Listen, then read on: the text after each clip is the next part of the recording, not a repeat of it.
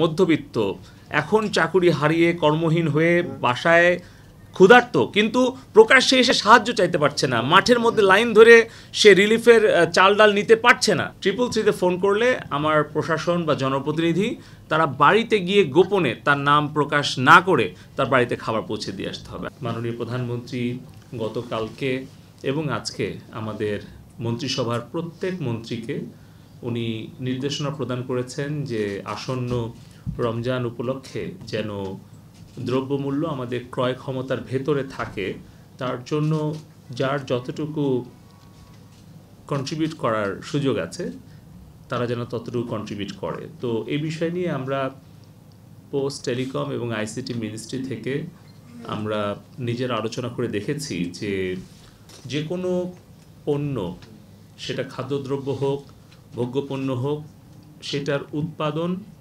মজুদ, বাজারজাতকরণ, বিপণন এবং আমদানি, এই 5টা এরিয়াতে যদি আমাদের সঠিক তথ্য উপাত্ত সংগ্রহ করা যায়, সঠিক তথ্য উপাত্ত সরবরাহ করা যায় এবং সঠিক তথ্য উপাত্ত নিজেদের মধ্যে আদান প্রদান করা যায়, তাহলে সমস্যাটার অনেকটাই সমাধান করা সম্ভব।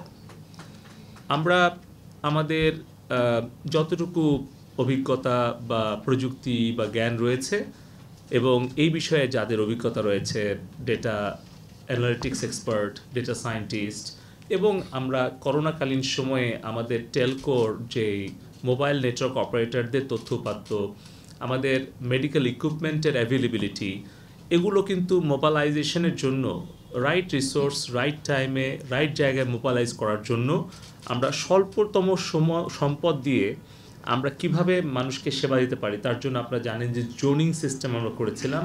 এর জন্য Google map, mobile network operator, এগুলো সবগুলো তথ্যপাত্র নিয়ে অ্যানোনামাস ডেটা, কারো ব্যক্তিগত তথ্যপাত্র প্রকাশ না করে, সেগুলোকে আমরা কারোর সাথে শেয়ার না করে, শুধুমাত্র কোন এরিয়াতে রোগের প্রাদুর্ভাব বাড়ছে এবং সেটার ট্রেন্ডটা কোন দিকে, এটা কিন্তু আমরা খুব সহজেই 1 সপ্তাহ তো অবশ্যই, অনেক ক্ষেত্রে 2 সপ্তাহ আগেও আমরা প্রেডিক্ট করতে পেরেছিলাম এই জেলাতে নেক্সট থ্রেট আছে।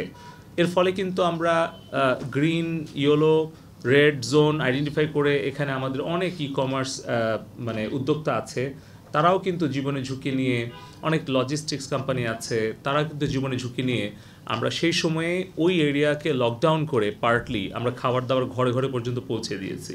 ফলে ওই সময় হয়তো আমরা বুঝতে পারি নাই, কিন্তু 2 বছর পরে এসে দেখলাম যে ওয়ার্ল্ড র্যাঙ্কিংয়ে কোভিড হ্যান্ডেলিংয়ে প্রাইম মিনিস্টারের নেতৃত্বে কিন্তু আমরা হলাম 4th কিংবা 5th, কিন্তু প্রথম 1, 2, 3 যারা হয়েছে তারা সিটি স্টেট, কারো 1 লক্ষ জনসংখ্যা, কারো 2 লক্ষ জনসংখ্যা। পরে দেখলাম যে আসলে প্রাইম মিনিস্টার শেখ হাসিনাই হচ্ছে বেস্ট এবং উনি ছিলেন চ্যাম্পিয়ন এই কোভিড মোকাবেলায়। সো আসলে ইচ্ছা থাকলে যে উপায় হয় এবং সম্পদ যে আসলে সংকট মোকাবেলায় আসলে কোনো বাধা নয়, কোনো চ্যালেঞ্জ নয়, এটা কিন্তু আমরা কোভিডে প্রমাণ করেছি। আপনি অনেক উন্নত দেশ ছিল ইউরোপ, আমেরিকা, অস্ট্রেলিয়াতে, তারা কিন্তু অনেক অর্থ, অনেক মেডিকেল ইকুইপমেন্ট, মেডিসিন, এক্সপার্টিস থাকার পরেও আমরা কিন্তু খুব সুন্দরভাবে হ্যান্ডেল করতে পেরেছিলাম। সো ওই স্পিরিটটা থেকেই কালকে মাননীয় প্রধানমন্ত্রী যখন টুঙ্গিপাড়ায় কথাটা বললেন, তখন আমরা ভাবলাম যে দ্রুত আসলে আমাদের কি করণীয় আছে। সো আমি যেটা বলছিলাম যে আমাদের উৎপাদনের সঠিক তথ্য পরিসংখ্যানটা আসলে প্রথমে আসতে হবে। অনেক ক্ষেত্রে আমরা দেখছি অনুমান নির্ভর কিন্তু অনেক তথ্যপাত্র ভিত্তি করে পরিকল্পনা করা হয়, তখন কিন্তু একটা মারাত্মক সংকট তৈরি হয়। সো আমি এগুলো কিন্তু সবই অনুমান নির্ভর কথা বলছি এবং এগুলো কোনোটাই আসলে একেবারে নির্ভরযোগ্য সূত্রের তথ্য ধরে আমি বলছি না। এগুলো একেবারেই আমরা একটা প্রাথমিক মিটিংয়ে বসেছি যে আমরা আসলে প্রযুক্তির ব্যবহার করে, ডেটা অ্যানালিসিস করে, ডেটাটা ওপেন শেয়ার করে আমরা কতটুকু আসলে দ্রব্যমূল্য নিয়ন্ত্রণ করতে পারি, কতটুকু আমরা ক্রয় ক্ষমতা মধ্যে রাখতে পারি, তার জন্য ওই যে বললাম 5টা স্টেপ: উৎপাদন, মজুদ, উৎপাদনের পরে মজুদ, তারপরে আপনার বাজারজাতকরণ, বিপণন এবং আমদানি। এইটা একদম রিয়েল টাইম ইনফরমেশন আমাদের বাণিজ্য মন্ত্রণালয়ের কাছে আমরা আসলে আইসিটি থেকে দিতে চাই। সো আমি গতকালকেও বাণিজ্য মন্ত্রী মহোদয়ের সাথে টিটু ভাইয়ের সাথে কথা বলেছি, আজকেও ক্যাবিনেটের আগে এবং পরে কথা বলেছি। সো এখানে আমরা যেটা করতে চাই সেটা হচ্ছে যে আমরা প্রথমে এই রমজান উপলক্ষে আমরা একটা কল সেন্টারে নাম্বার আমরা বরাদ্দ করতে চাই।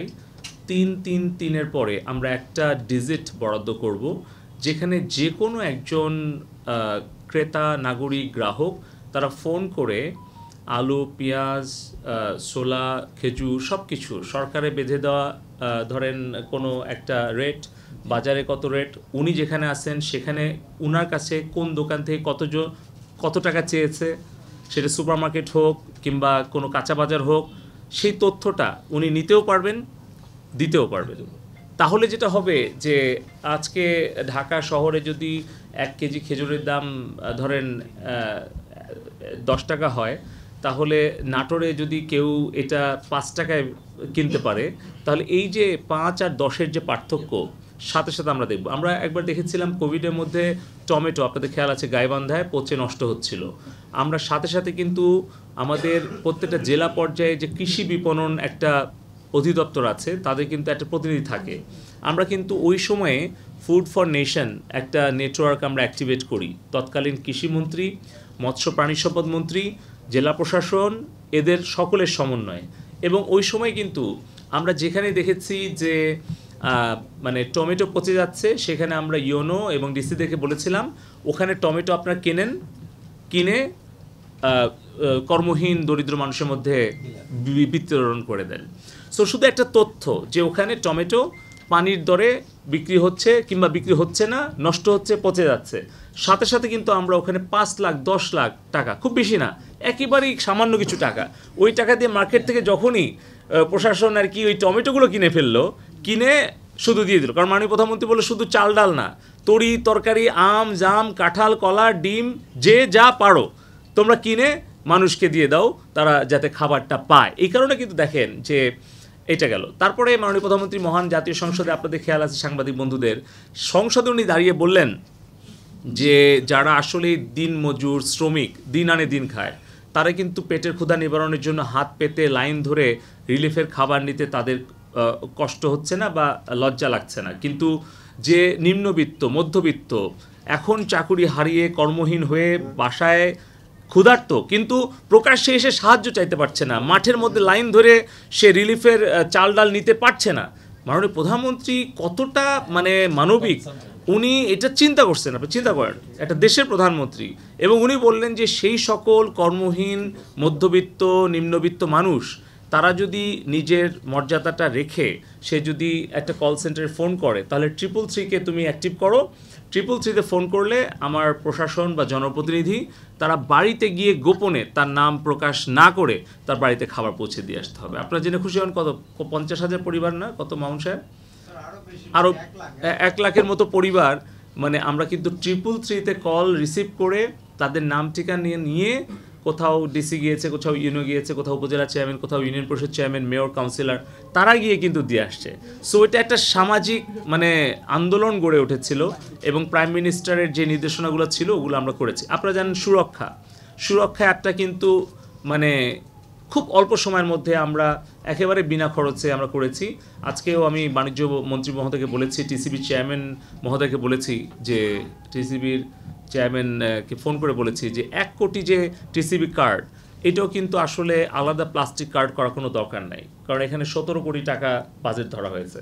আমাদের 12 কোটি ন্যাশনাল আইডি, তার মধ্যে অলরেডি 8 কোটি কিন্তু বিতরণও হয়ে গেছে। সো আমার কোনো দরকারই নাই সেপারেট একটা কার্ড তৈরি করার, ছাপানো। এখন আপনি 115 ধরনের সামাজিক নিরাপত্তা বেষ্টনী আছে, 34 ধরনের আপনি ভাতা দেওয়া হয়, আপনি এখন কি করবেন? আপনি 100টা কার্ড ছাপাবেন? তাহলে তো আমার 12 কোটি কার্ড তো আছেই, স্মার্ট কার্ড, যেখানে আমার 30-34 ধরনের ইনফরমেশন আছে ডিফারেন্ট ফিল্ডের, এবং চিপও বসানো আছে। অনেক দেশে কিন্তু স্মার্ট কার্ডে চিপ নাই, আমাদের দেশে কিন্তু স্মার্ট কার্ডের চিপও আছে। সো আপনি বায়োমেট্রিক ভেরিফিকেশন, আই বলেন, ফিঙ্গারপ্রিন্ট বলেন, ফেসিয়াল বলেন, এগুলো করতে পারেন, তারপরে নাম্বারটা দিয়ে করতে পারেন, তারপরে আপনি চিপটা ব্যবহার করতে পারেন। তা না হলে আমি কাগজে শুধু কিউআর কোড দিয়ে করতে পারি, যেটা সুরক্ষা অ্যাপে আমরা করেছিলাম। এইটা একদমই খরচ কম, এখানে 13 টাকা 11 টাকা খরচ করে একটা প্লাস্টিক কার্ড কোনোই দরকার নাই। সো আমি আবারও সাংবাদিক ভাই বোনদের মাধ্যমে আমি অনুরোধ করব সব মন্ত্রণালয়কে, আমাদের স্মার্ট কার্ড, ইউনিক আইডি একটা নাম্বার আছে, এখানে আর কোনো দ্বিতীয় কৃষক কার্ড, হেলথ কার্ড, আপনার টিসিবি কার্ড, কোনো কার্ডের আর ছাপানোর কোনো দরকার নাই। এটা ওয়ার্ল্ডের one of the best smart card Bangladesh দিয়েছে। সো প্লিজ এইভাবে কিন্তু আমরা 17 কোটি করে অনেক টাকা বাঁচাতে পারবো। আর 333 থেকে আমরা আসলে আমাদের কল সেন্টারটা দিতে পারবো। সো আমি টিটো ভাইকে বলেছি যে বাণিজ্যমন্ত্রী মহোদয়কে সেপারেট কল সেন্টার বাণিজ্য মন্ত্রণালয় করার দরকার নাই, টাকা খরচ করার দরকার নেই। আমাদের যে 333 আছে ন্যাশনাল হেল্প ডেস্ক, 18 সালের যেটা মাননীয় আইসিটি উপদেষ্টা ডিজিটাল বাংলাদেশের আর্কিটেক্ট সজীব জয় ভাইয়ের ব্রেন চাইল্ড এবং উনি উদ্বোধন করেছিলেন 333, সেখানে কিন্তু 9 কোটি মানুষকে আমরা সেবা দিয়েছি। 9 কোটি মানুষের কল আমরা রিসিভ করেছি, 1.5 কোটির ওপরে ডাইরেক্ট সেবা দেওয়া হয়েছে। আমাদের 999 কিন্তু পুলিশ ফায়ার সার্ভিস আছে এবং অ্যাম্বুলেন্স। সো 333 সাথে আমরা কতদিন লাগবে মামুন সাহেব, আনির ভাই? মানে ধরেন 7 দিন।